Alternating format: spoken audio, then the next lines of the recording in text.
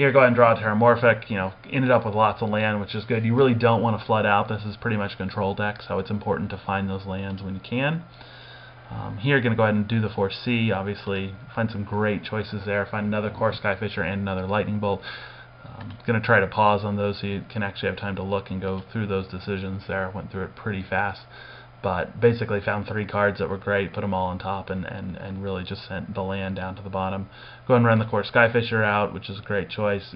Bouncing those Seagate Oracles, just getting that card advantage is just so important. And then go ahead and find another island, swing in here. He takes out his Core Skyfisher with a Lightning Bolt, and we go on.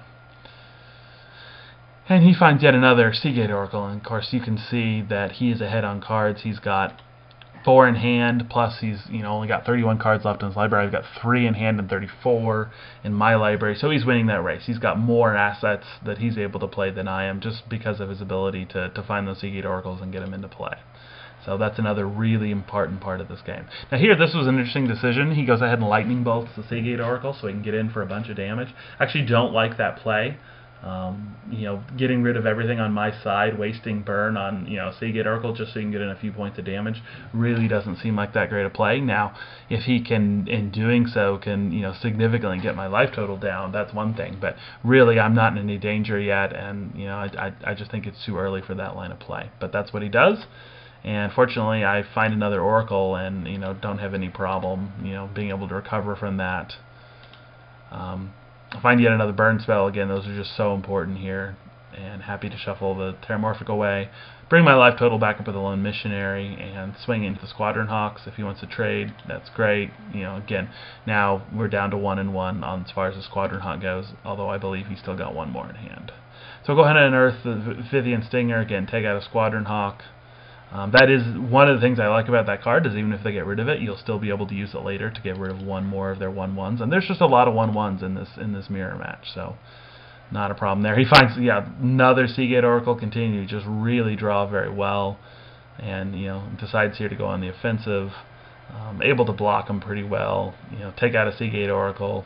He does a Seismic Shudder, checks out another one, and pretty much just wiping out each other's board. Making the little more interesting. Unhappy there that drew an island. Not a whole lot I can do. He Stagger Shocks. And really, at this point, things are not looking good. His board is much, he's got a stronger board. He's ahead. More assets. It's not looking real good for me here. So he'll just obviously hit me here for 2 with a Stagger Shock. And plays out his last Squadron Hawk. So at least those are out. But can swing in for, 2 a turn, while obviously not significant, is going to be enough to really do some damage. And I, of course, draw an Evolving Wilds, which does not help. Feeling a little flooded here, but all I can do is press on. He continues to beat down, dropping me to 13. At this point, things are just not looking good. But fortunately for myself, this is where I find a 4C. And tell you what, in this position, 4C is exactly what you want to see, and gives me all kinds of things that I need in order to get back into the game. Lone Missionary and Core Skyfisher here are the clear keeps. Obviously, getting rid of the planes.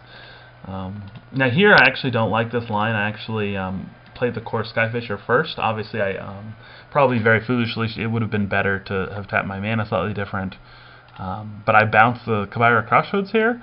I think it actually would have been better to play the Lone Missionary first and then bounce it, rather than the way that I did it. But in any case, the good news about the Core Skyfisher is that it turns back off as Squadron Hawk. He's able to get rid of it with yet another Lightning Bolt, and the beats continue, dropping me to 12. So again, thought maybe I was coming back, but here I find Stagger Shock, so I will be able to take out that final Squadron Hawk, which is really nice, and play out the Lone Missionary here, and just keep my life total up. Really keeps him from being able to swing in effectively. Swings in with both here. It's kind of a mistake. I don't think he's necessarily winning the race. Get the rebound off my Stagger Shock, hit him for 2, swing in for another 2, and now we're actually pretty close. It was a little greedy of him to swing in with both. He realizes that here and just swings in with 1, and we continue. Draw Halimar Wave Watch. Now this, tell you what, this proves in the mirror match to be such a key card, and really something that was pretty late coming in the meta for this particular deck. And, once this card is powered up to an 06, which, you're talking 4 mana total, which is not terrible for an 06. It's not great, but it's certainly not terrible. It's very difficult for your opponent to get rid of it if they're not playing any kind of black removal, because it's a 2-for-1. They have to use 2 burn spells of one sort or another in order to take out that 06. And once you've got a whole lot of mana, you can pump that up to a 6/6 real easily, and it is very, very difficult to deal with, and in fact can become a game winner. So I find mine, immediately pump it.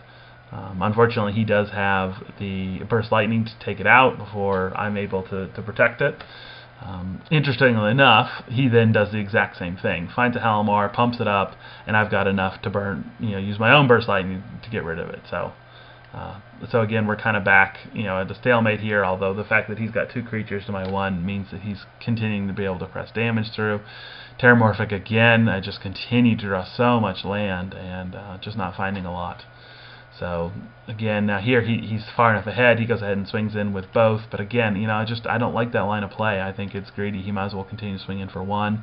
I find my own Seagate Oracle, which is great, going to be able to, and I find a 4C, which is even better.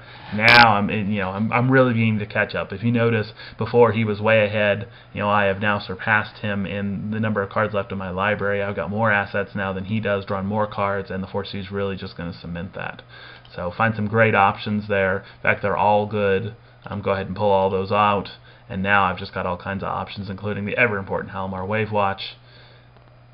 I get it up to an 06. He doesn't have an answer, and now I'm looking pretty good. He is able to take out the Lone Missionary, but that's really not a big deal. Was worried here that he was going to Stagger Shock the Halimar Wave Watch and then be able to use a Burst Lightning. That is probably the most efficient way to get rid of it, because at least it's not a complete 2-for-1, because you got a little bit of value out of the Stagger Shock first.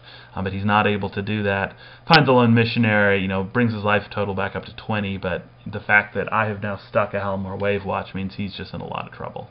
Go ahead and run out the Oracle here, see what kind of options I can find. Find yet another burn spell, pretty important, and we just continue that way. Go ahead and pump up the Wave Watch, and next turn I'll be able to, actually I guess I go ahead and do it this turn. Yeah, I've got enough mana to get that up.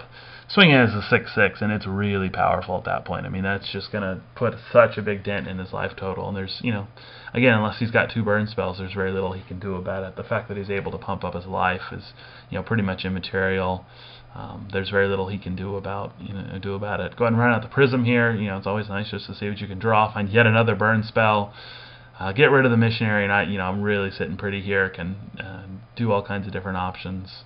And basically have the win on the board now between the Stagger Shock and the Burst Lightning and the Lightning Bolt and the Halimar Wave Watch. So go ahead and run out the Lightning Bolt, rebound on the Stagger Shock to drop him to 7, and then swing in with the Halimar Wave Watch, and that's how the game would have ended. That he goes ahead, obviously seeing that it's over, and goes ahead and concedes. So that's the way the first game played out, and I'll see you for Game 2.